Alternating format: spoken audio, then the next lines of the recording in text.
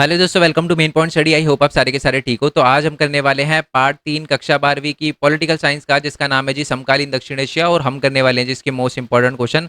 आपको पता है दे दनादन मोस्ट इंपॉर्टेंट क्वेश्चन की वीडियो आ रही है। याद रखना, एक चैप्टर के अंदर से जो जो क्वेश्चन आपके एग्जाम के अंदर आएंगे ना, उस चैप्टर से उसकी वीडियो ये बन रही है। ठीक है। और मेरे को बताने की जरूरत नहीं है कि जब मैं मोस्ट इंपॉर्टेंट क्वेश्चन की वीडियो डालता हूँ तो ये कितनी इंपॉर्टेंट होती है। मैं बता रहा हूँ, आधा क्वेश्चन भी मिस करके मत जाना। एक भी क्वेश्चन मिस करके मत जाना, क्योंकि याद रखना, जो भी क्वेश्चन 3 मार्क्स 5 मार्क्स का जो भी क्वेश्चन बड़ा वाला आएगा वो उसी पीडीएफ के अंदर से होने वाला है। बाकी एमसीक्यू का हम जुगाड़ करते हैं, डोंट वरी, एमसीक्यू की भी वीडियो आएगी। बट पहले आप ये मैक्सिमम जो क्वेश्चन है ना, बड़े बड़े, उनको बहुत अच्छे से क्लियर कर लेना। मैं गारंटी के साथ कहता हूँ यही आएंगे। और ये कोई ऐसा नहीं है कि मैं मतलब अभी बोल रहा हूँ, हमेशा से यही होता है। जो मोस्ट इंपॉर्टेंट क्वेश्चन की वीडियो बनाई जाती है उसी में से क्वेश्चन आते हैं। ठीक है। और बाकी जो चैप्टर है, चैप्टर नंबर 1, चैप्टर नंबर 2, उनकी वीडियो डाल चुका हूँ। चैप्टर नंबर 3 ये रहा। बाकी की वीडियो भी डाल दी होगी तो लिंक नीचे डिस्क्रिप्शन में दे रखा होगा, प्लेलिस्ट का लिंक दे रखा होगा, बहुत अच्छे से देख लेना आप। ठीक है। बाकी मैप भी रह रहा है, मैप की वीडियो डालनी है। चलो जी, शुरुआत करते हैं। तुम्हारा पहला क्वेश्चन जो है वो ये है कि इस चैप्टर के अंदर से पता ही होगा आपको, थोड़ा बहुत चैप्टर के बारे में बता देता हूँ मैं। इस चैप्टर में है ना, बेसिकली समकालीन दक्षिण एशिया जो है उन देशों के बारे में लिखा है। ठीक है। जैसे कि हमारा बांग्लादेश हो गया, एक सेकंड मार्क कर देता हूँ, नेपाल हो गया, मालदीव्स हो गया, भूटान हो गया, भारत हो गया, बांग्लादेश हो गया, पाकिस्तान हो गया, श्रीलंका हो गया। इन सबको दक्षिणी एशिया बोला गया और इन्हीं के बारे में बताया गया। मैक्सिमम जो फोकस है वो इंडिया पे है। और एक हमारा एक क्षेत्रीय संगठन भी है यहाँ पर जिसका नाम है दक्षेश, सार्क बोला जाता है जिसको इंग्लिश में। उसके बारे में भी हम इस चैप्टर में देखने वाले हैं। और ये देखने वाले हैं कि हमारे संबंध जो है वो बाहर की शक्तियां, जो महाशक्तियां हैं, वो भी कहीं ना कहीं इन्फ्लुएंस कर देती है। जैसे कि आपको पता है कि चाइना और अमेरिका की वजह से कहीं ना कहीं हमारे रिलेशन जो है वो आसपास के देशों से अच्छे नहीं है। जैसे एग्जांपल दे देता हूँ, नेपाल के साथ हमारे रिलेशन जो है वो चाइना की वजह से अच्छे नहीं हो पाते, क्योंकि जो नेपाल है वो मतलब कहीं ना कहीं चाइना के बोझ तले दब रहा है एक तरह से, है ना। चाइना लोन वगैरह दे रहा है, हेल्प वगैरह कर रहा है, जिसकी वजह से वो लग रहा है कि यार चाइना का फेवर ही करना पड़ेगा। तो इंडिया चाइना की जब भी बात आती है तो नेपाल बहुत बार ऐसा होता है कि चाइना के फेवर में उतरता हुआ दिखता है। ठीक है। और उसके बाद पाकिस्तान की पूरी स्टोरी दे रखी है, बांग्लादेश की, कि बांग्लादेश बना कैसा, फिर नेपाल के बारे में बता रखा है, श्रीलंका के बारे में बता रखा है। ठीक है। यही पूरा का पूरा चैप्टर। अब बिना टाइम वेस्ट करे क्वेश्चन पे आ जाते हैं। ठीक है।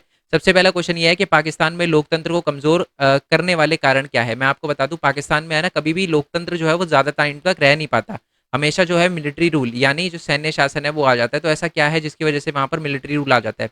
तो इसका पहला रीजन है कि यहाँ पर सेना, धर्मगुरु और जो भूस्वामी है, उनका है ना समाज पे बहुत ही ज्यादा दबदबा है, सामाजिक दबदबा बहुत ज्यादा है। और इसी वजह से जो निर्वाचित सरकार है उनको गिराकर सैन्य शासन कायम हो जाता है या हुआ है। ठीक है। बहुत बार ऐसे, क्योंकि जो धर्मगुरु बोलते हैं ना कि जिसको हटा दो सरकार, हटा दो सरकार खराब है, सेना को आने दो, तो सेना को आने देते हैं। मतलब वहां पर जैसे इंडिया में है, इंडिया में इंडियन आर्मी का काम, मतलब कभी भी पॉलिटिक्स में इंटरफेयर करते भी नहीं दिखेगी इंडियन आर्मी, कभी भी नहीं दिखेगी। ठीक है। मैं आपसे, अगर आप हमारे मिलिट्री हमारे पूछूं ना कि हमारे मिलिट्री के, आर्मी के बता दो सबसे बड़े लीडर कौन है, तब आप नाम नहीं बता पाओगे। और ये आपको लग रहा हो, ये बुरी बात भी है और बहुत अच्छी बात भी है। बुरी बात क्यों है? क्योंकि आपको अपने आर्मी के लीडर का नाम नहीं पता। और अच्छी बात पता है क्यों है? अच्छी बात यह है कि हमारे आर्मी ऐसे काम करती है, मतलब एक कुछ लोग होते हैं ना जो आते हैं, काम करते हैं, चले जाते हैं, जिनको रिकॉग्निशन का कोई लेना देना नहीं, जिनको फर्क नहीं पड़ता कि हाँ यार लोग हमारे बारे में जान रहे हैं नहीं जान रहे। पाकिस्तान के बच्चे बच्चे को आर्मी के बारे में पता होता है। क्यों? क्योंकि वो दबा कर रखते हैं अपने लोगों को। हमारी इंडियन आर्मी ऐसा नहीं करती, इसलिए तो रिस्पेक्ट होती है। चलो जी, तो ये समझ आ गया पहला रीजन। मैं ट्राई करूंगा भावनाओं में ना बहूं, टॉपिक पे रहूं और डायरेक्ट डायरेक्ट क्वेश्चन करवाऊं। ठीक है, सॉरी, अगली बार से ऐसा नहीं होगा। चलो, डायरेक्ट रहूंगा टॉपिक पे। नेक्स्ट पॉइंट है कि पाकिस्तान की भारत के साथ जो है तनातनी रहती है, इस वजह से लोग जो है वो सेना को ज्यादा समर्थन करते हैं। उनको लगता है कि जी अगर गवर्नमेंट रहेगी तो वो हार जाएगी, गवर्नमेंट ढंग से डिसीजन नहीं ले पाई, इसलिए वो सपोर्ट जो है वो सेना को करते हैं। तीसरा है अंतर्राष्ट्रीय समर्थन का अभाव है। जो अंतर्राष्ट्रीय है ना, जो बाहर की जो कंट्री है, वो भी यहाँ पर डेमोक्रेसी को सपोर्ट नहीं करती। इसका सबसे बड़ा रीजन जो है वो टेररिज्म है। ठीक है। टेररिज्म की वजह से लोगों को लगता है, बाहर की कंट्री को लगता है कि यार अगर यहाँ पर डेमोक्रेसी रहेगी तो टेररिज्म बढ़ेगा, है ना। आपको पता ही है वो जो ओसामा बिन लादेन है, ऐसे लोग जो है वो पाकिस्तान में और ज्यादा पलेंगे। इसकी वजह से बाहर की कंट्री अभी जो है वो डेमोक्रेसी को सपोर्ट नहीं करती, मिलिट्री रूल को सपोर्ट करती है। और लास्ट है कि अमेरिका और तथा अन्य जो पश्चिमी देश है, वो भी क्या है, कभी कभार अपने स्वार्थों के लिए भी पाकिस्तान में सैनिक शासन को बढ़ावा देते हैं, है ना। उनको लगता है, क्योंकि डेमोक्रेसी क्या है, हर चीज जो है वो खोल खोल के देखती है, सारे के सारे काम जो है वो बहुत ट्रांसपेरेंट होते हैं। तो ये है ना, बाहर की कंट्रियों को अच्छा नहीं लगता। उनको लगता है कि यार पाकिस्तान का ज्यादा से ज्यादा फायदा उठाया जाए और उसके लिए सेना का होना ज्यादा जरूरी है, क्योंकि सेना ज्यादा जवाब दवाब नहीं करती और सेना जो है वो सारी की सारी जानकारी गुप्त रखती है, जबकि लोकतंत्र में सब कुछ बताना पड़ता है। नेक्स्ट वाले क्वेश्चन पे आते हैं। नेपाल में लोकतंत्र की स्थापना पर टिप्पणी करें। पूरी स्टोरी लिख रखी है मैंने नेपाल के बारे में, बट मैं आपको थोड़ा सा बता देता हूँ। नेपाल में भी है ना, नेपाल एक टाइम पे हिंदू राज्य था। हिंदू राष्ट्र का या हिंदू राज्य का मतलब होता है कि वहां पर जो गवर्नमेंट थी वो हिंदू थी। जब मैं हिंदू बोलता हूँ तो मतलब स्टैब्लिश हिंदू गवर्नमेंट थी वहां पर। और वहाँ के जो राजा थे उनका नाम था ज्ञानेंद्र। गवर्नमेंट नहीं बोलना चाहिए था मेरे को, है ना, गवर्नमेंट नहीं बोलना चाहिए था। बेसिकली राजा रानी का सिस्टम था, हिंदू किंग था जिनका नाम था ज्ञानेंद्र। ठीक है, वही सारे के सारे रूल वगैरह चलाते थे। ठीक है, अब है ना हुआ क्या कि लोगों ने मूवमेंट वगैरह करना शुरू किया और 1990 के अंदर उन्होंने डिमांड करी पार्लियामेंट की। तो 1990 में थोड़ा जो हमारे जो ज्ञानेंद्र है वो थोड़ा सा दब गए। उनको लगा कि यार अब टाइम आ गया, नहीं तो फिर हम मेरी गद्दी छिन जाएगी। तो इसलिए उन्होंने थोड़े से लोगों को अधिकार देना शुरू करे। ठीक है, बट उसके बाद क्या हुआ कि पार्लियामेंट वगैरह बनाई और 2002 में उन्होंने वो पार्लियामेंट जो है वो बंद कर दी। रीज़न क्या था, उनको लग रहा था बहुत सारी पार्टी आकर सरकार चला रही थी और वो ढंग से चला नहीं पा रही थी, इसलिए उन्होंने वो पार्लियामेंट भंग कर दिया। बट उसके बाद 2006 के अंदर एक बहुत बड़ा आंदोलन हुआ हमारे नेपाल के अंदर, और एंड में जाके जो किंग है उसको हटा दिया गया और बहुत सारी जो पावर है ना, बहुत सारी जो पॉलिटिकल पार्टी है वो साथ में आ गई थी। ये है ना 15 है, माफ़ी चाहूँगा, ये 15 है, 2015 है। ठीक है, चलो। तो राजतंत्र जो है वहाँ पर ख़त्म हो चुका है 2006 के अंदर।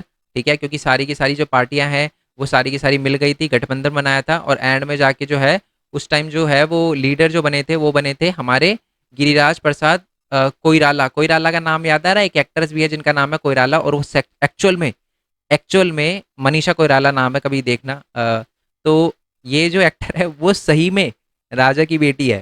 ठीक है जी, देखना कभी इनके बारे में। तो गिरिराज प्रसाद जो है वो अध्यक्ष बने थे, जो नेपाल की कांग्रेस पार्टी है। ओके, और उनकी ही बेटी है मनीषा कोइराला। उन्हीं की बेटियां उनकी फैमिली के अंदर से ही है। ठीक है, तो ये नेपाल का डेमोक्रेटाइजेशन, यानी नेपाल जो है वो लोकतंत्र कैसे बना उसकी पूरी की पूरी स्टोरी लिखी हुई है। ठीक है, 7 अलग अलग पार्टी मिली थी। ओके, राजा को हराने के लिए, और आंदोलन वगैरह किया था ना, तो उनको सरकार बना दी थी। तो जो 2006 में जो राजा है उसने संसद तो बहाल कर दी दोबारा से, और वहाँ पर 7 जो हैं वो दल, उनकी मिली-जुली सरकार बनी, जिसमें से बहुत सारे माओवादी वगैरह भी थे। माओवादी वैसे जो है वो लड़ाई झगड़े में ज़्यादा बिलीव रखते हैं। ओके, बट आज जो है वहाँ पर डेमोक्रेसी है, राजतंत्र वहाँ पर खत्म हो चुका है। तो ये पूरा का पूरा हमारा नेपाल का है। एक बार रोक कर इसको रीड कर लेना। ऑल दो मैं आपको बता दूं, इसकी पीडीएफ मैं टेलीग्राम पर डाल दूंगा, डोंट वरी, टेंशन लेने की ज़रूरत नहीं है। दूसरी बात ये है कि वेबसाइट भी है। वेबसाइट पे देखो, मैं सच बता रहा हूँ, अभी तक नोट्स नहीं डाले। मैं ये रहा जी। तो वेबसाइट पे अभी तक नोट्स नहीं डाले, और अगर मैं डालूंगा फाइनल में तो शायद इसी पे डालूंगा। तो यहाँ से आप नोट्स डाउनलोड कर लेना, नीचे की तरफ आओगे तो क्लास 12 आपको मिल जाएगा। बाकी आप अगर सपोर्ट करना चाहो, आपको लगता है कि सर अच्छा एफर्ट मार रहे हैं, कोशिश पूरी कर रहे हैं, हमारी हेल्प करने की कोशिश कर रहे हैं, तो यहाँ से आप सपोर्ट कर सकते हो। ठीक है, सपोर्ट कितना बड़ा है छोटा है वो मैटर नहीं करता, आपका सपोर्ट है ये मैटर करता है। ठीक है, और बाकी हमारे डिफरेंट डिफरेंट चैनल है, जैसे मेन पॉइंट स्टडी तो आपको पता ही है, और यहाँ पर वीडियो आने वाली है, अपलोड हो चुकी है। ठीक है, बस मैंने टाइम लगा रखा है तो वो टाइम पे आ जाएगी आपके सामने। और बाकी हमारे डिफरेंट डिफरेंट चैनल है, मेन पॉइंट टैग स्टडी, है ना, इस पे मैं ये बताता हूँ अर्निंग कैसे कर सकते हैं, तो इसको सब्सक्राइब कर सकते हो। और बाकी ये व्लॉगिंग चैनल है मेरा, बट इस पर मैं लाइव लेता रहता हूँ। मैं ट्राई करूँगा जो शॉर्ट जो हमारे जो MCQ का टेस्ट है वो इसी पे लूँ। ठीक है जी, क्लियर हो गया? लाइव आकर MCQ का टेस्ट इसी पे लूँ, तो इस चैनल को सब्सक्राइब कर लेना। और ना भी करो तो कोई दिक्कत नहीं है, बट आ जाना इस चैनल पे। ठीक है, क्योंकि मैं ऐसे बताकर वीडियो नहीं डालूंगा, क्योंकि आपको पता है टाइम, क्योंकि मेरे भी एग्जाम चल रहे हैं, तो मैं डायरेक्टली वीडियो डालूंगा और यहाँ पर भी डायरेक्टली लाइव आ जाऊंगा। तो इसलिए इसको नोटिफिकेशन बेल ऑन कर लेना ताकि आपको पता चल जाए। ठीक है, चलो जी, आ जाते हैं जी थोड़ा सा और आगे। ये तो नेपाल की स्टोरी समझ आ गई आपको पूरी की पूरी। अब बांग्लादेश के बारे में बात कर लेते हैं। क्वेश्चन क्या है ये देखो, सबसे पहले तो क्वेश्चन ये है कि पूर्वी पाकिस्तान, और यहाँ जिसको हम बांग्लादेश बोलते हैं, जिसमें क्या असंतोष था। सिंपल, मैं आपको इसका ये बताता हूँ क्वेश्चन क्या पूछना चाह रहा है। आपको पता होगा कि एक टाइम पे ना जो बांग्लादेश था उसको हम पाकिस्तान कहते थे, कौन सा, ईस्ट पाकिस्तान कहते थे, पूर्वी पाकिस्तान कहते थे। ठीक है, तो ये बांग्लादेश कैसे बन गया? एक्चुअली बांग्लादेश पूर्वी पाकिस्तान बांग्लादेश इसलिए बन गया क्योंकि यहाँ के लोग परेशान थे। अब आप बोलोगे सर परेशान क्यों थे? बात ये था कि जो वेस्ट पाकिस्तान था ना, जो पश्चिमी पाकिस्तान था, वो ईस्ट पाकिस्तान, जिसको आज हम बांग्लादेश कहते हैं, वहां पर अपनी भाषा को थोपने की कोशिश करता था। ईस्ट पाकिस्तान के लोगों को बोलता था आप अपनी लैंग्वेज बंद करो, और इसके चक्कर में तो एक बार 1954 में ना 4 बच्चों को गोली मार दी थी। वेस्ट पाकिस्तान के बहुत सारी आर्मी ऑफिसर यहाँ गए थे और 4 लोगों को गोली मार दी थी। और इसीलिए 23 फैब को हर साल हम नेशनल लैंग्वेज डे बनाते हैं, क्योंकि लैंग्वेज के लिए लोगों ने गोली खाई थी, सिर्फ एक लैंग्वेज का यूज़ करने के लिए। ठीक है, तो यही बात है, और इसी वजह से लैंग्वेज को लेकर ही लोग बहुत ज़्यादा परेशान थे। और आपको लग रहा होगा बहुत छोटी बात है सर, लैंग्वेज को लेकर लड़ने की क्या ज़रूरत, बट आप सोच नहीं सकते लोगों के साथ कितना बुरा हुआ था। बांग्लादेश में रेप हुआ था, औरतों का मारा गया था, उनको खून खराबा। सबसे ज़्यादा जो आर्मी है ना, उन्होंने पता नहीं मैं अब, चलो इतना ज़्यादा उन्होंने ऐसा कुछ किया था जिसकी वजह से बहुत सारे बेबी बॉर्न हुए थे, सबसे ज़्यादा। और समझ रहे हो ना, ये जो इंसिडेंट हुआ था, गलत इंसिडेंट हुआ था वहाँ की विमेंस के साथ, तो बेबी भी बॉर्न हुए थे, ठीक है। सबसे ज़्यादा ऑर्फन बच्चे जो हैं ऐसे वॉर चाइल्ड जो है वो बॉर्न हुए थे। चलो क्लियर हो गया आपको। अब ये पूरी की पूरी है ना बांग्लादेश की पूरी स्टोरी लिखी हुई है, जिसके अंदर थोड़े उनके मिलिट्री वगैरह के बारे में बता रखा है और लीडर के बारे में बता रखा है। चलो पहले तो अभी आपको पता है ना बांग्लादेश की जो लीडर है वो क्या नाम है उनका, उनका नाम है शेख हसीना। वो है ना उन्हीं बंदे की पोती है, यानी उनके जो दादाजी थे उनका है ना बांग्लादेश की आज़ादी में रोल माना जाता है। अब उसके बारे में पढ़ते हैं, बट पहले देख लेते हैं कि 1947 से लेकर 1971 तक जो बांग्लादेश है वो पाकिस्तान का ही अंग हुआ करता था और उसको हम ईस्ट पाकिस्तान बोलते थे। 1947 से लेकर 71 तक जो पूर्वी पाकिस्तान है, उसको मतलब पाकिस्तान को पूर्वी पाकिस्तान के नाम से जाना जाता था, और वहाँ पर अंग्रेजी राज के समय बंगाल और असम विभाजित हिस्सों में पूर्वी पाकिस्तान यह क्षेत्र बना था। इसका मतलब है कि जो पूर्वी पाकिस्तान है ना, वो बेसिकली अंग्रेजों ने बना के दिया था, एक तरह से आप कह सकते हो उसका विभाजन अंग्रेजों ने किया था, आपको पता ही है बात तो। पश्चिमी पाकिस्तान है वहाँ पर उर्दू का बोलबाला था, जबकि जो हमारा पूर्वी पाकिस्तान है वहाँ पर बंगाली का बोलबाला था। तो वो क्या करते थे, बंगाली लोगों से नफरत करते थे। जो वेस्ट पाकिस्तान के लोग हैं ना, जिसको आज हम पाकिस्तान कहते हैं, आज जो एक्चुअल पाकिस्तान है, वो बंगाली लोगों से बड़ा नफरत करते थे। उनके खिलाफ जो है वो विरोध जताना उन्होंने शुरू कर दिया, है ना। उनको कोई हिस्सेदारी वगैरह नहीं दी। बट जो बांग्लादेश के लोग हैं, जो ईस्ट पाकिस्तान के लोग हैं, उन्होंने बोला कि हमारी भी मांगे पूरी करो, हमारे भी अधिकार है, हमें भी लैंग्वेज वगैरह का दो। तो ना इसके खिलाफ आंदोलन वगैरह लोगों ने उठाना शुरू कर दिया, और उस आंदोलन का नेतृत्व किया था शेख मुजीबुर रहमान ने। नाम भी बंदे का बड़ा कैड़ा है। तो शेख मुजीबुर रहमान जो थे वो पश्चिमी पाकिस्तान के खिलाफ उन्होंने आंदोलन शुरू कर दिया।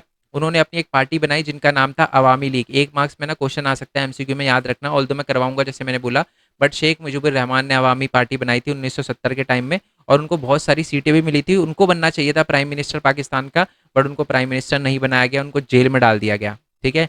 शेख मुजीबुर रहमान को जेल में डाल दिया गया। ओके। बाद में मैं आपको बता दूं कि इनका है ना असैसिनेशन, ये याहिया खान ने क्या किया था। याहिया खान जो है वो लीडर बन गए थे पाकिस्तान के, आंदोलन वगैरह को पूरी तरीके से कुचल दिया था उन्होंने। और इसी के लिए वो पता है क्या, फिर इंडियन टेरिटरी में लोगों को इतना मारा जा रहा था कि वो पूर्वी पाकिस्तान के लोग इंडिया में घुस रहे थे, और इंडिया ने फिर सोच लिया कि यार इनकी हेल्प करनी पड़ेगी, और इंडियन आर्मी ने फिर, पता ही है फिर तो फिर क्या हालत करी थी पाकिस्तान की ठीक है। अगर आपको नहीं पता तो कुछ मत करना, अपनी क्लास 12th की सेकंड बुक उठाना, फ्रंट पेज पे एक पिक्चर दे रखी है जहाँ पर एक पाकिस्तान का लीडर है और हमारे एक इंडिया के लीडर हैं, वो साइन करवा रहे हैं। वो बेसिकली सरेंडर डॉक्यूमेंट है, ठीक है। वो बोल रहे हैं कि जी हमारे से, हमारी बस की नहीं आपसे लड़ना, तो वो डॉक्यूमेंट साइन करवाया था हमने उनसे, ठीक है। तो ये पूरी की पूरी बात बता रखी है। बट आज जो है वो बांग्लादेश के अंदर डेमोक्रेसी है, क्लियर हो गया। तो शेख मुजीबुर रहमान का बहुत बड़ा रोल माना जाता है। ऑल दो ना, एक बार मैं बता दूं आपको, ये जो शेख मुजीबुर रहमान था ना, वो भी कम नहीं था। उसने भी आज़ाद करवाने के बाद पता क्या किया, उसने सारी पार्टी बंद कर दी, कहती मेरी ही अवामी पार्टी रहेगी। फिर उसको भी किसी ने मार दिया। तो ये फिर वो जो आया उसका भी असैसिनेशन, मतलब बांग्लादेश की भी मतलब कहानी जो है वो बहुत ही खतरनाक है। वहां पर भी डेमोक्रेसी स्टैब्लिश नहीं हो पाई थी ढंग से। आज वहां पर डेमोक्रेसी है ऑल दो, ठीक है। क्लियर हो गया ये।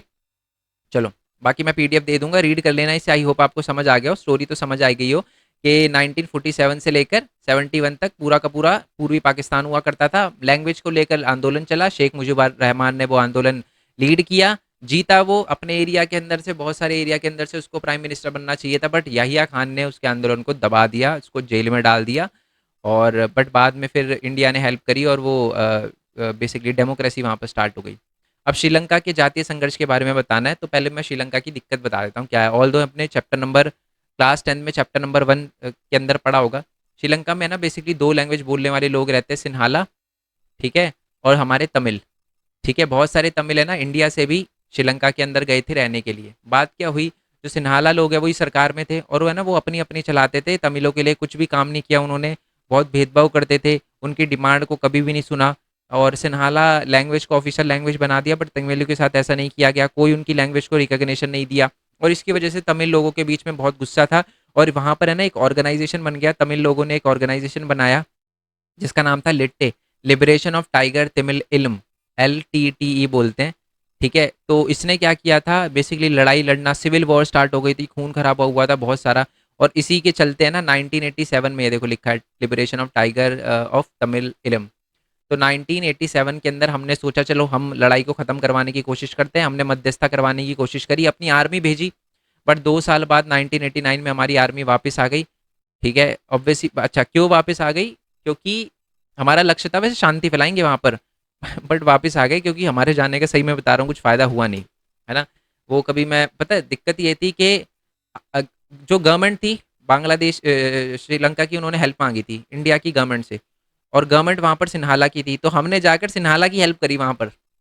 ठीक है, तमिलों की हेल्प करनी चाहिए थी। तो हमारे बहुत सारे लोग ये बोलने लगे, एक बात बताओ, श्रीलंका में जो तमिल है, इंडिया में भी तमिल है, तो आपको तमिल की हेल्प करनी चाहिए थी, आप सिन्हाला की हेल्प कर रहे हो, वहां पर तमिलों को मार रहे हो। तो इसलिए फिर हमें लगा कि यार हमारे देश के अंदर ये तो फिर ये दिक्कत है, मतलब हमारे देश में दिक्कत हो जाएगी ऐसे, तो हमारे देश में लोग बोलना शुरू हो जाएंगे हमें। सरकार को ऐसा लगा, तो 2 साल बाद वापस बुला लिया। ऑल दो नॉर्वे, आइसलैंड और जो स्कैंडिवियन जो स्कैडिनेवियाई, ये मैं बता, स्कैंडिनेवियन कंट्री कहते हैं इनको, ठीक है, 3 स्कैंडिनेवियन कंट्री है, उन्होंने इसमें मध्यस्थता करवाने की कोशिश भी करी थी। ठीक है, एक सी है मेरे ख्याल, ब्लैक सी उसके आसपास की कंट्री को कहते हैं। ठीक है, स्कैडी नेवियई कंट्री, ये इंग्लिश में लिखा होता ना तो थोड़ा इजी होता मेरे लिए पढ़ना। क्या लिखा है ये, सके स्के स्केडी नेवी, नेवी कंट्री, ठीक है, स्कैंडिनेवियन कंट्री कहते हैं वैसे तो इसको। ठीक है जी, समझ आ गया। और बट एंड में जाके ना 2009 के अंदर ये लिट्टे जो है वो खत्म हो गया, है ना। और सिविल वॉर जो चल रहा था, गृह युद्ध चल रहा था, वो श्रीलंका के अंदर खत्म हो गया। क्यों पता है 2009 के अंदर क्यों खत्म हुआ? क्योंकि लिट्टे के एक लीडर थे जिनका नाम था प्रभाकरण, उनको असैसिनेट, उनको मार दिया गया था, और उसके बाद ये लिट्टे जो है वो खत्म हो गया। ठीक है जी, क्लियर है। चलो नेक्स्ट क्वेश्चन पे आते हैं। नेक्स्ट क्वेश्चन है हमारा कि दक्षिणी एशिया के बहुत सारे जो छोटे छोटे देश हैं ना, वो भारत को है ना बहुत शक की नगाह से देखते हैं। उनको ना भारत पे थोड़ा सा उनको लगता है कि भारत जो है वो बाहुबली बनने की कोशिश कर रहा है, भारत जो है वो मतलब हमें डर है, बहुत सारी छोटी छोटी कंट्री को डर है। क्वेश्चन पढ़ देता हूँ मैं, ठीक है, और मैं बता दूँ सारे PYQs है।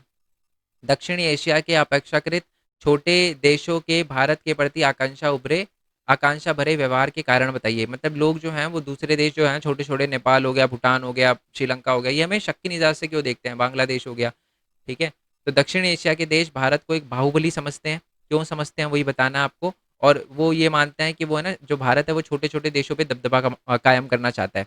ठीक है, और उनके अंदरूनी मामलों में दखल अंदाजी कर रहा है।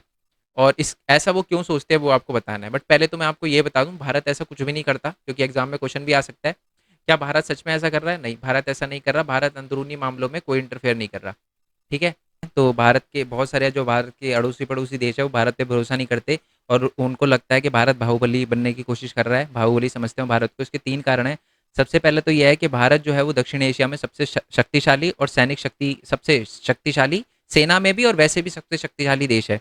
दूसरी बात है, भारत विश्व में बड़ी तेजी से उभर रहा है, एक आर्थिक शक्ति बन रहा है, तो इसलिए भी उनको डर लगता है कि यार हमारा फायदा ना उठा ले, ऐसा लगता है उनको। तीसरा है कि भारत महाशक्ति बनने की ओर अग्रसर है। ठीक है, तो यानी क्या है कि सेना में सबसे पावरफुल है, वैसे भी सबसे पावरफुल है, इकोनॉमी में सबसे भी तेजी से बढ़ रहा है, और महाशक्ति बनने की ओर अग्रसर हो रहा है। इसलिए जो आसपास की कंट्री है वो हमारे पे थोड़ा शक की नज़र से देखती है। नेक्स्ट क्वेश्चन है कि दक्षिणी एशियाई के क्षेत्रों में शांति और सहयोग को कैसे बढ़ाया जा सकता है, दक्षेश की व्याख्या करें। और दक्षिणी एशिया के देशों के बीच में आर्थिक सहयोग की राह पर दक्षेश, पहले तो मैं दक्षेश बता देता हूँ, जब मैंने चैप्टर को एक्सप्लेन किया था तभी मैंने आपको बता दिया था, एक सार्क है। सार्क को कहते हैं south Asian association of regional cooperation. ये ना 1985 में बनाया गया था। इसका मेन मोटिव था कि जो हमारे सार्क की है, जो कंट्रीज़ है ना, उनके बीच में सहयोग करना है। मैं एक बार है ना आपको सार्क की कंट्री बता देता हूँ कौन कौन सी है, ठीक है, आपके लिए थोड़ा सा ईजी हो जाएगा फिर। ये रही हमारी सार्क की कंट्रीज़। अच्छा, इसमें नाम भी नहीं लिखा हुआ। चलो पहले मैं सार्क बता देता हूँ। ये 1985 में बना था, मैंने आपको बता दिया। ठीक है, इसमें बहुत सारे देश थे। ठीक है, दक्षेश के सारे जो हम हमारे देश थे, नेपाल हो गया, भूटान हो गया, है ना, श्रीलंका हो गया, और हमारा भारत हो गया, ऑब्वियसली बात है, पाकिस्तान भी है इसका पार्ट, और मालदीव्स भी है इसका पार्ट। ठीक है, इसने 1995 में ना एक एग्रीमेंट की बात करी थी, साफ्ता की। साफ्ता होता है फ्री ट्रेड एग्रीमेंट, जिससे क्या होता है, जो दक्षेश के जितने भी देश हैं ना वो आपस में फ्री में व्यापार कर सके, उनको टैक्स वगैरह या ज़्यादा ना देना पड़े। क्योंकि पता क्या होता है, हर कंट्री में जब आप कुछ चीज़ भेजते हो ना तो उनको इम्पोर्ट ड्यूटी देनी पड़ती है। बट हमारे सार्क में है ना ये एक एग्रीमेंट साइन हुआ था जिसका नाम है साफ्ता, जिसमें ये बोला गया था जो देश हैं वो आपस में जो है वो व्यापार करेंगे तो उनको ज़्यादा इम्पोर्ट ड्यूटीज़ नहीं देनी पड़ेगी। ठीक है, 1995 में बात हुई थी इसकी, 2004 में समझौते पर हस्ताक्षर हुए और 2006 में ये इम्प्लीमेंट हो गया। ठीक है। बट बहुत बार है ना इस साफ्ता को लेके भारत पे उंगलियां उठती है कि है ना साफ्ता में भारत एक ऐसा देश है जो हर कंट्री में सबसे ज़्यादा चीज़ें भेजता है, तो इससे ज़्यादा सबसे ज़्यादा फायदा भारत का होगा। तो इसी वजह से जो लोग हैं वो बोलते हैं कि साफ्ता जो है भारत ने अपने फायदे के लिए करा है, बट ऐसा नहीं है। एग्जाम में इससे रिलेटेड भी क्वेश्चन आ सकता है कि साफ्ता से सिर्फ भारत का ही फायदा होता है, क्या आप इस बात से एग्री हो? The answer is no. क्यों? क्योंकि हमारे साथ पहले ही बहुत सारी ऐसी कंट्री है जिनके साथ हमारे पहले ही द्विपक्षीय संबंध है, पहले से ही हम जो है वो टैक्स वगैरह हमें नहीं देना पड़ता। जैसे इंडिया और नेपाल के उसमें, इंडिया और भूटान के उसमें, इंडिया और बांग्लादेश में, पाकिस्तान से तो अपन को व्यापार करना ही नहीं है, श्रीलंका से भी हमारे द्विपक्षीय संबंध है। इसका मतलब है पहले से हमारे बहुत सारे ऐसे देश हैं जिनके साथ संबंध ऐसे हैं जिससे हमें टैक्स नहीं देना पड़ता। तो अगर ये ना भी होता साफ्ता तब भी हमें कोई फर्क नहीं पड़ता ज़्यादा, क्योंकि बहुत कम ऐसी, जैसे पाकिस्तान है, अब पाकिस्तान से तो अपने को व्यापार करना ही नहीं, तो चाहे वो हो साफ्ता में या ना हो, हमको तो कोई लेना देना ही नहीं उससे, क्योंकि हम तो करते ही नहीं उसके साथ व्यापार। साफ्ता है तब भी नहीं करेंगे, नहीं है तब भी नहीं करेंगे, है ना? तो ये बात लिखी हुई है। चलो जी, तो अब आ जाते हैं थोड़ा सा नीचे। आज के तकनीकी युग में, पहले सक्सेश के दक्षेश के बारे में थोड़ा बता रखा है। आज के तकनीकी युग में कोई देश आपसी सहयोग के बिना उन्नति नहीं कर सकता। विश्व में लगभग सभी देशों के आर्थिक उन्नति के लिए लगभग एक दूसरे पर निर्भर है, और इससे आपसी सहयोग बनाने एवं बढ़ाने के विचार के दक्षिणी एशिया के 7 देशों ने दक्षेश की स्थापना करी। मतलब दक्षिणी देशों के जो देश है उन्होंने साथ आकर दक्षेश की स्थापना करी, 1985 में करी। ओके। और ये देश भी आपस में उन्नति वगैरह चाहते थे, और कहीं ना कहीं एक महत्वपूर्ण भूमिका भी निभाई है, क्योंकि मैंने आपको बोला साफ्ता साइन हुआ जिससे व्यापार में थोड़ी सी वृद्धि भी हुई थी। 1995 में साफ्ता की बात हुई थी, 2006 में साफ्ता को लागू किया गया, 12वां एक शिखर सम्मेलन हुआ था साफ्ता का, उसमें इसको लागू किया गया था। ठीक है। और इससे फायदा क्या हुआ दक्षेश से, पहले तो ये देख लेते हैं। दक्षिण एशिया के देशों द्वारा आर्थिक रूप से एक दूसरे के सहयोग के कारण इस क्षेत्र में लोगों के जीवन स्तर में भारी सुधार आया है। मतलब आप कह सकते हो कि दक्षेश के कारण ये जो है व्यापार वगैरह बढ़ा है, जिससे कहीं ना कहीं जीवन स्तर में लोगों के थोड़ा सा बदलाव आया है अच्छे के लिए। नेक्स्ट है कि इसने आर्थिक विकास को गति दी है, यानी गति प्रदान करी है। इसका मतलब कहीं ना कहीं आर्थिक विकास भी हुआ है। साफ्ता के अंदर क्या ना, पहले क्या होता था, मैं आपको बता दूं, बहुत ज्यादा टैक्स देना पड़ता था। आपको लग रहा है सर साफ्ता टैक्स कितना, बहुत, ठीक है, जिससे ना कंपनियों को फायदा नहीं हो पाता था। जैसे भारत की कंपनियों को या नेपाल की कंपनियों को, नेपाल की कंपनी भारत में कुछ भेजती थी तो उनको फायदा नहीं हो पाता था, भारत की कंपनी नेपाल में कुछ भेजती थी उनको फायदा नहीं हो पाता था। तो इसी चीज के चलते जो है वो ये साफ्ता आया और इससे बहुत फायदा हुआ, जो भी देश हैं उनकी आर्थिक प्रगति हुई। नेक्स्ट है कि आर्थिक देशों के चलते सदस्य राष्ट्र द्वारा एक दूसरे पर विभिन्न प्रकार से कर हटाने से व्यापार को बढ़ावा मिला। वही है कि साफ्ता होगा, या साफ्ता के आने से लिखना। साफ्ता के आने से क्या हुआ है कि जो राष्ट्र हैं एक दूसरे के विभिन्न प्रकार के जो टैक्स है उनको हटाने में भी बढ़ावा दिया उन्होंने, और कर को हटाने का भी। इसका मतलब ये है कि देखो, जब दक्षेश में सारे के सारे देश आपस में एक दूसरे से बात करेंगे, यहाँ पर हम पाकिस्तान इंडिया की बात नहीं करेंगे क्योंकि इन दोनों में दिक्कत चलती है, बट उनके अलावा भारत, नेपाल हो गया, भूटान हो गया, बांग्लादेश, श्रीलंका, इनसे है ना हमारी बातचीत चलती रहती है दक्षेश के अंदर। तो क्या होते हैं, हम इस दक्षेश के अंदर बातचीत के अंदर है ना क्या करते हैं कि हम खुद बोलते हैं कि जी ये जो टैक्स वगैरह है आप लगा रहे हो साफ्ता के अलावा वो भी कम करो। हम भी कम करते हैं, वो भी कम करते हैं। इससे क्या हो रहा है कि आर्थिक उन्नति हो रही है। नेक्स्ट है कि दक्षिण एशियाई देशों की अर्थव्यवस्था में सुधार आया है और आर्थिक क्षेत्रों में सहयोग, और सार्क देशों में संबंध में अधिक मजबूती आई है। देखो दोबारा बोल रहा हूँ, पाकिस्तान का पॉइंट मत देखो, बट उसके अलावा जो बाकी देश है उनके साथ हमारे संबंध थोड़े और अच्छे हुए हैं। बट अभी थोड़ी सी दिक्कतें भी सुन लो। दिक्कतें पहली तो पता ही है आपको, भारत और पाकिस्तान के देशों को लेकर, भारत और पाकिस्तान के बीच में दिक्कत चलती है। और बहुत सारे लोग क्या है कि भारत पे विश्वास नहीं करते, उनको लगता है बड़ा देश है तो हमारा फायदा उठा लेगा। इसकी वजह से भी दिक्कतें कहीं ना कहीं आ जाती है। नेक्स्ट है कि सार्क के अधिकांश देश में आंतरिक अशांति एवं अस्थिरता इसके मार्ग में रुकावट है। आपको पता है जैसे कि अ, नेपाल नेपाल है, और श्रीलंका है। श्रीलंका में भी अंदरूनी दिक्कतें चल रही है, पाकिस्तान में भी आपको पता है अंदरूनी दिक्कतें चल रही है, बांग्लादेश में भी अंदरूनी दिक्कतें चल रही है। तो पहले से ही इन देशों के बीच में अंदर दिक्कतें चल रही है, जिसकी वजह से साफ्ता जो है इतना सफल नहीं हो पा रहा, क्योंकि वो अपने देश के अंदर ही जो दिक्कतें चल रही है उनको सॉल्व करने में लगे रहते हैं।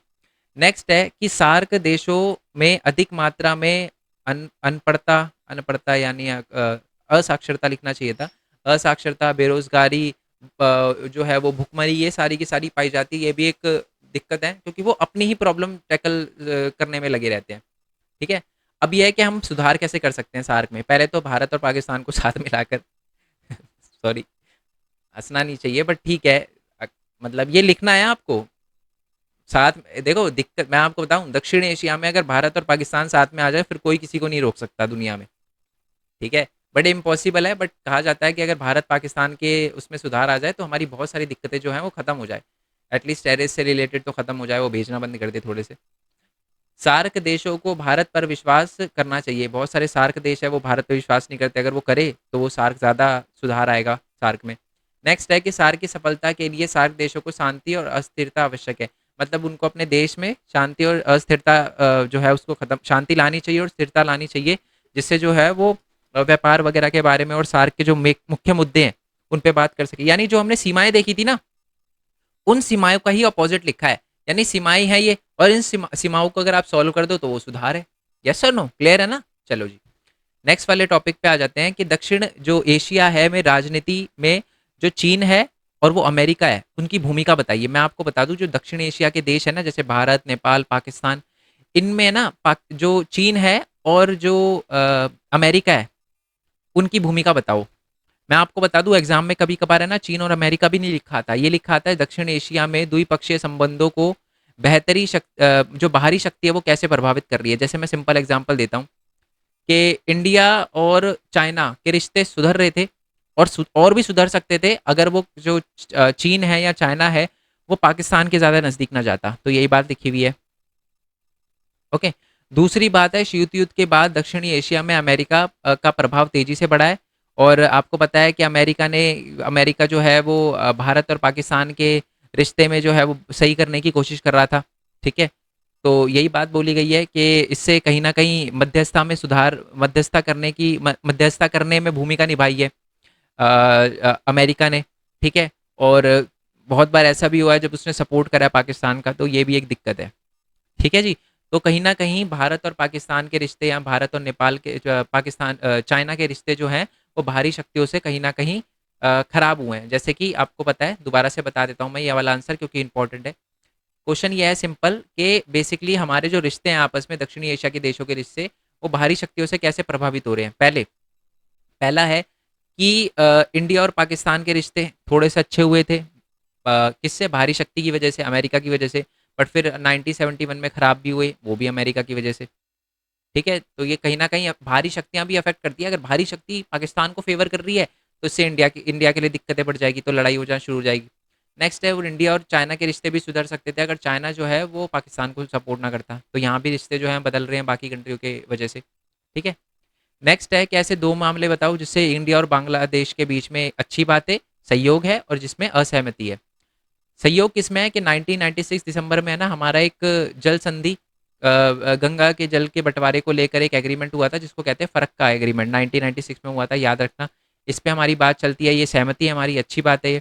दूसरा है, आतंकवाद को लेकर भी बांग्लादेश कभी कभार हमारा साथ देता है, और दोनों आतंकवाद को लेकर बोलते हैं कि आतंकवाद गलत है, ये भी अच्छी बात है। बुरी बात या असहमति किसमें है? पहली बात तो रोहिंग्या शरणार्थी को लेकर, जो रोहिंग्या है जो म्यांमार से बांग्लादेश में आए और बांग्लादेश से वो इनलीगल इंडिया में एंटर कर रहे हैं, तो इसको लेकर है ना इंडिया और बांग्लादेश के बीच में, क्योंकि इंडिया बार नहीं चाहता कि जो रोहिंग्या है वो हमारे देश के अंदर आए। क्यों आ रहे हैं हमारे देश के अंदर? तो ये दिक्कतें चलती रहती है। बांग्लादेश कह रहे हैं हम तो कुछ कर ही नहीं सकते, तो इसको लेकर भी बात चलता रहता है, क्योंकि इंडिया बोलती है बार बार कि आप अपनी कंट्री से रोको ना हमारी कंट्री में आने से, या उनको आने ही मत दो अपनी कंट्री में, ताकि वो हमारी कंट्री में ना आए। दूसरा है कि भारत विरोधी गतिविधियाँ, बहुत बार बांग्लादेश में क्या होता है, विरोधी गतिविधियाँ जो है वो तूल पकड़ रही है। यानी भारत के अंदर, मतलब बांग्लादेश के अंदर भी भारत विरोधी गतिविधियाँ जो है वो बहुत ज़्यादा चल रही है, ठीक है। नेक्स्ट क्वेश्चन की बात करते हैं, ये हमारा लास्ट क्वेश्चन है, ठीक है। दक्षिण एशिया के देश एक दूसरे पर अविश्वास करते हैं, इससे अंतर्राष्ट्रीय मंचों पर यह एकजुट होकर अपना प्रभाव नहीं जमा पाते, कथन की पुष्टि करें। यह बात सही है। दक्षिण एशिया के बहुत सारे जो देश हैं वो आपस में एक दूसरे पे विश्वास नहीं करते। इसका सिंपल रीज़न तो भारत और पाकिस्तान है। और जैसे हमने देखा कि सार्क की वजह से बहुत सारे छोटे छोटे देश भी भारत पर जो है वो विश्वास नहीं करते, है ना। शत्रुत्व का भाव बना रहता है, भय का भाव बना रहता है, डर होता है, आकांक्षा, निराशा, ये चीज़ें जो है वो रहती है, जिसकी वजह से कहीं ना कहीं हम अपनी सबकी जो दिक्कतें हैं वो पटल पे नहीं ला पाते, अंतर्राष्ट्रीय पटल पे नहीं ला पाते, अंतर्राष्ट्रीय मंचों पर एकजुट होकर आवाज़ नहीं उठा पाते, ठीक है। इसमें सुधार कैसे कर सकते हैं? पहले तो यदि हम दक्षिण एशिया को मजबूत बनाना चाहते हैं तो हम सबको साथ में आना पड़ेगा, विश्वास का वातावरण क्रिएट करना पड़ेगा, बातचीत करनी पड़ेगी। और इसमें आप ये भी लिख सकते हो कि दक्षिण एशिया में अगर दो ऐसे देश हैं जिनके रिश्ते सुधरे तो उससे बहुत बदलाव आ सकता है, जो है भारत और पाकिस्तान, ठीक है। और अपनी और सेकंड जो तीसरा इंपॉर्टेंट, भारत और पाकिस्तान वाला सेकंड है, तीसरा पॉइंट आपको ये लिखना है कि जो हमारे आपस के मामले हैं ना, उसमें बाहरी शक्ति को इंटरफेयर नहीं करना देना चाहिए, ठीक है। जैसे कि मान लो हमारा और नेपाल का कोई इशू है, ठीक है, और चाइना कहता है हम आपका सपोर्ट, हम आपके लिए मीडिएट करवा देते हैं, हम बातचीत करवा देते हैं, तो ऐसा नहीं होना चाहिए, ठीक है। यानी दक्षिणी एशिया को अपने फैसले जो हैं वो खुद लेने चाहिए, ठीक है। दूसरे से कहीं ना कहीं इंटरफेयर नहीं होना चाहिए, उनका परामर्श वगैरह ये सारी की सारी चीज़ें नहीं लेना चाहिए, क्योंकि वो एक्चुअल में हमारा फ़ायदा उठाना चाहते हैं। तो महाशक्तियों से दूर रहने का प्रयास करना चाहिए, ठीक है। चलो जी, आई होप ये सारे के सारे क्वेश्चन जो है वो आपको बहुत अच्छे से क्लियर हो गए हो, ठीक है। एंड बाकी जो है वो हम नेक्स्ट वीडियो में कवर करेंगे, मतलब सारे क्वेश्चन इसके हो गए हैं, ठीक है। मैं बता दूं, अगर आपने हमारे अलग अलग चैनल को सब्सक्राइब नहीं किया तो कर लेना, पीडीएफ आपको टेलीग्राम पे मिल जाएगी। टेलीग्राम पे जाके सीधा आपको लिखना है main point study 12th arts, bracket में आर्ट्स, या नीचे डिस्क्रिप्शन में है ना, लिंक दे दूंगा मैं या नाम दे दूंगा, सर्च कर लेना, टेलीग्राम पे आ जाएगा। और मैंने व्हाट्सएप पे भी ग्रुप बना रखा है, तो उसको भी आप ज्वाइन कर सकते हो चाहो। ग्रुप नहीं है, चैनल है व्हाट्सएप पे, तो पीडीएफ वगैरह अगर मैं वहाँ पर डाल दूंगा तो आपके लिए आसानी होगी डाउनलोड करने में, ठीक है। चलो, तो बाकी मिलते हैं जी नेक्स्ट वीडियो में, तब तक के लिए थैंक यू सो मच। जय हिंद, जय Bharat, Vande Mataram. Thanks for your support. Bye bye.